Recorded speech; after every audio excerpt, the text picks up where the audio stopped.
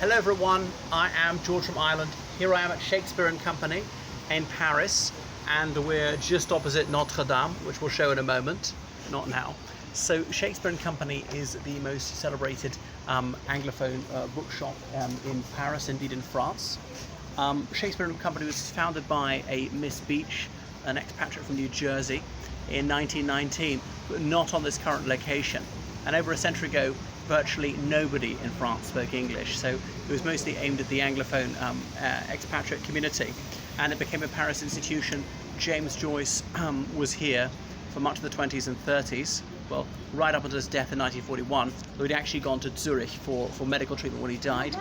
Ernest Hemingway was here, Gertrude Stein was here, and George Gershwin spent some time here, though he was really a composer. I'm just thinking Eugene O'Neill, and various figures. The lost generation, those born in really the United States or the British Isles in the 1880s or 1890s, people who were either teenagers or young adults during the First World War.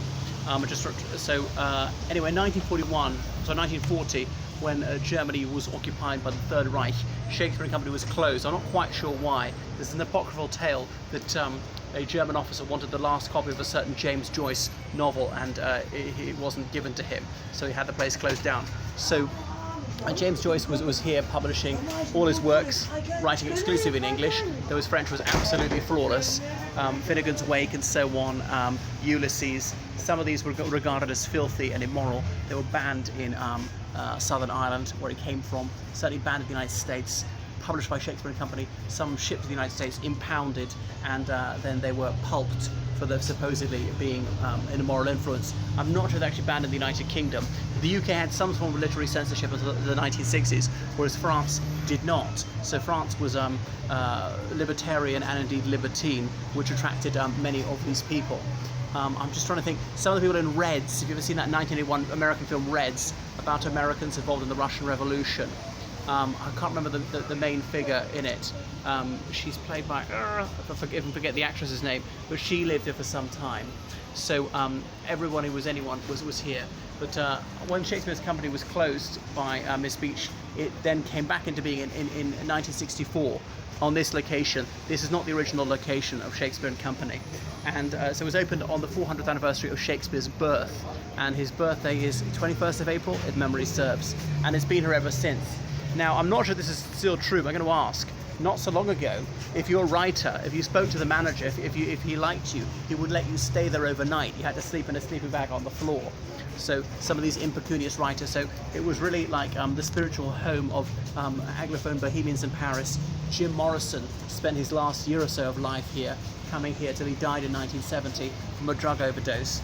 So they had their own literary magazine.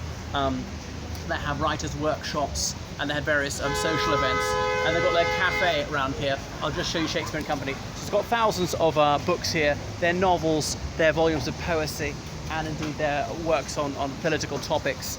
It was nothing factual, it's not like scientific, or there's maybe a bit of self-help. There's not things on religious studies really, and they're not academic books, yeah? Certainly if they're not, we wouldn't be on law or medicine or something of that nature, architecture, engineering. So here's the Shakespeare & Company cafe.